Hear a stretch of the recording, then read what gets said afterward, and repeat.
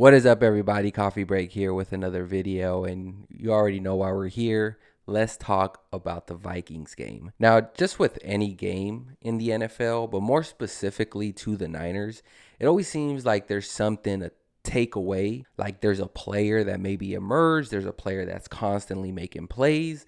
And then on the flip side, there's always those handful of players that just always find a way not to not disappoint, I guess. Is that the perfect way to say it? Maybe. But in this one, it was evident that the offense was sort of off to a slow start. So that's why I want to start on the defensive side of the football. Now, the defense here, starting with the boys up front, the defensive line. Another strong showing from the defensive line. Javon Kinlaw picking up a sack. That has to feel good for him. It looks like he's ready to go. Drake Jackson, the rookie, is just looking phenomenal. It seems like the Niners have just hit on just another defensive player. And this guy, picked in the second round, he's pretty good. It looks like he has first round talent for sure. You have to love what you see from Drake Jackson. He's one of those guys that's just disruptive. Like whenever he's in there, he's just going to disrupt a screen, disrupt maybe a screen to the receivers. The guy he's just there to just destroy your offensive line. Everything about this guy, I love it. The sky's the limit with this kid. You have guys like Jordan Willis who's continues to shine here in the preseason. Again, he's not going to flash you with the numbers and cause sacks, but the pressures are there. And if you pay close attention to him, man, he is disruptive, just like Drake Jackson. When those two are in there, man, this defense is looking solid. And we're not talking about our top guys here. Now, sticking with defense, you have to like what you see on the defensive back side of the football. Another interception, this one by George Odum. And it was similar to what was reported in practice, of all places. George Odum did have an interception, and, there's videos of that going around this past week.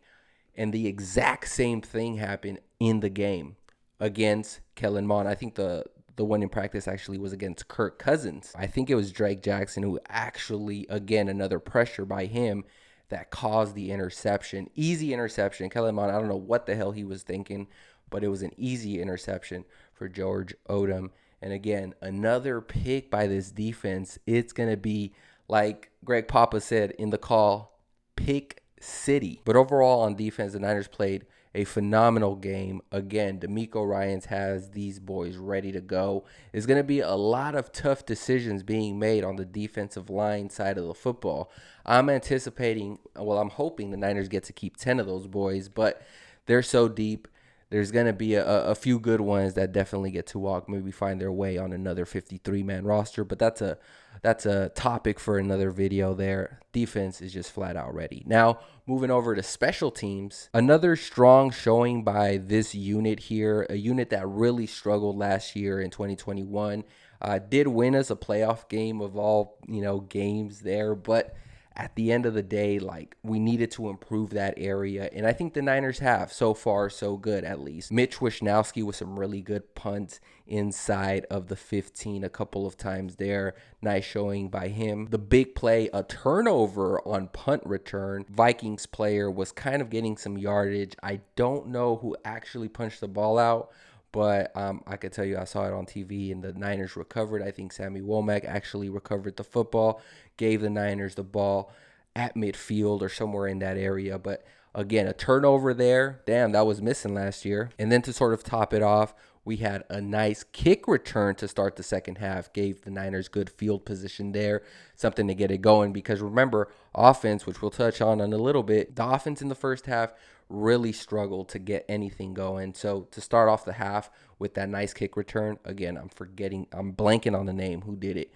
But again, special teams just in general did a nice job in this one. And now we have to talk about offense, huh? We have to talk about it. Yeah, we can't skip it. No. All right, I kind of want to start with just the drops in general. I counted at least 4 drops in this one in critical situations, a lot of them on third downs, but on key downs for sure. And to me, that's just unacceptable. We're second preseason game. This cannot happen. Juwan Jennings, get your bleep together. Danny Gray had a drop also. And Trey Sermon, who, again, we'll talk about in a little bit, had a drop in a key third down. So Niners just couldn't get anything going, didn't help their quarterbacks in that regard. Offensive line. So when you talk about offensive line, you have to remember that these are the backups, and then you transition into the backups of the backups, right? But Justin School is inconsistent, to say it lightly. He's one of those guys that's really in the outside looking in. Maybe if he makes it is because someone's hurt. But honestly, I haven't seen much from School, and I'm really disappointed. I know he's coming off an injury, but at the same time, this would be his third year, I want to say. We haven't seen any improvement from School, and, it's been underwhelming to say the least. Now, I thought Banks did play okay. I mean, there were some times he got beat, but at the end of the day, it wasn't something that is alarming, though. If he's your starting, left guard, he has to play better. He has to be more consistent. There was times he got beat, but for the most part, it wasn't as bad as I would say School played in this one. Burford played a tremendous game. The rookie continues to improve, continues to get better. I love it. Expect him to start. No doubt about this. I expect him to start. Shanahan, if you're listening, please listen to me. I wanted to walk away from this saying, I'm super confident. We're trending in the right direction there. But I still think that there's some ups and downs, some ebbs and flows with that position. And honestly, it's going to take some time to get these boys in rhythm. And when we talk about injuries and Mike McGlinchey now steps in, Shanahan came out and said, I think this is what he said. On the third preseason game, Colt McKivitz will start at right tackle, meaning Mike McGlinchey is still dealing with something. And he looked pretty bad in the first preseason game, if you recall. It wasn't his best outing. I mean, he was down there with School in terms of performance. And so he's dealing with that. Now we have Mike McGlinchey has a huge question mark entering the year. So I can see how Niner fans are now starting to maybe have some doubts there, and I'm having them as well. I'm sharing those same sentiments there with you. Wait and see. It's a wait and see type of league. We'll start the year with McKivitz. We'll see where that takes us. But let's talk about the backup quarterbacks here, because I think this was a really area when we're talking about Jimmy Garoppolo being removed from the equation here and Trey Lance stepping in. Who was going to step up as backup quarterback? Was it really going to be Nate Sudfeld? Maybe this kid, Brock Purdy, brought something to the table. Well, let me tell you, both have brought their A game. And when I say A game, I mean, we're not talking about Tom Brady-ish. We're not talking about Aaron Rodgers. Obviously, they're limited at that regard. But when you talk about, not turning the ball over, I know Purdy had that, fumble that mishandled that should have been a flag at the goal line when we were on the verge of scoring. But they've taken care of the football. Right? You have two backup quarterbacks that look extremely comfortable in the pocket and running this offense. Look, for a rookie, Brock Purdy, for Mr. Irrelevant, I know the joke is there that he looks pretty relevant, but he really does. He looks like a legitimate backup quarterback. He doesn't look like no scrub. He looks like he belongs in someone's 53-man roster, which leads to my other point. Do the Niners keep three quarterbacks in the roster? It's a lot of questions around that, especially with Trey Lance's, play. He got hurt in one of the games that he did start, yes. So, do you keep three quarterbacks on the roster? I personally think you do. It's always nice just to have that bond amongst these, because if you let go of Nate Sudfeld, okay, you're stuck with Brock Purdy, but if Trey Lance goes down, now you're stuck with the rookie quarterback here. I mean, Nate Sudfeld, he's been in the system for a long time now. I think he deserves a shot, definitely to earn that roster spot. If you let go of Brock Purdy, then someone's picking him up. No doubt about that. I think both have earned their way into the 53. That's my final take. I think you have to add those three guys on the roster. Oh, what are you doing? Now you're focused. Okay. Stay focused on me. Okay. All right. Let's talk about running backs. Yes, let's talk about them, because this was a topic of conversation after this game. Some for good, some for bad.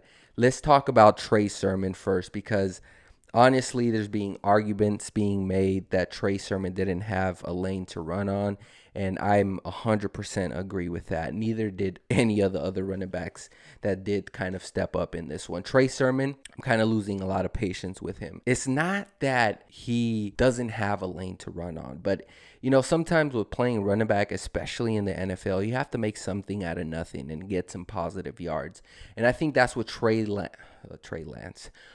Sermon lacks in this offense. Tiptoeing around the line of scrimmage is not going to cut it here in the NFL. He had a very underwhelming start of the year last year and really brought him down to the depth chart, if you remember. Guys like Elijah Mitchell, who was like a 5th, 6th round pick last year, just elevated to, second or third spot on the depth chart. And that really spoke volumes as to the development of Trey Sermon. Now you fast forward to this year and you see those same hesitations. You see him thinking a lot on the football field. Then you look at guys like Jordan Mason, who looked phenomenal, just running with his head down, not thinking, just letting his body react to what he sees, and then boom, shooting that gap. And I think at the end of the day, you want someone who's confident out there running the rock. You don't want someone who's thinking, oh, am I going to make this play? Or should I cut here? Or maybe I should just wait until it opens up. Then it's too late for you. Jordan Mason stepped in and he really showed me a lot. Now, I don't know. I'm not here to tell you, cut Trey Sermon and put in Jordan Mason. But I will tell you this. From what I saw from a guy like Jordan Mason, a guy who's that confident, who's that physical of a runner, who just breaks tackles like that, I want to tell you something. If he gets cut, he's landing on someone's 53. Now the question is, will he land on the Niners 53 or will it be somebody else's? That's what I think about the kid. And I've only saw a handful of plays. But I should emphasize that it highlights it more when you have guys like Trey Sermon tiptoeing around the line of scrimmage, trying to find a lane and not get anything. That kind of moves the momentum over to the defense. You almost saw it with Ty Davis Price on the 4th and inches play. He tiptoed, did not make it. Then on literally the next carry or two, he was a different running back. He was like, no, I'm going straight downhill. You're going to have to, bring 2 guys to bring me down, right? It starts with the mentality. That's number 1. And then number 2 is the style of running back that you are. And I think, call me crazy, but I really love my running backs to be more physical than the defender. Don't have a DB bring you down.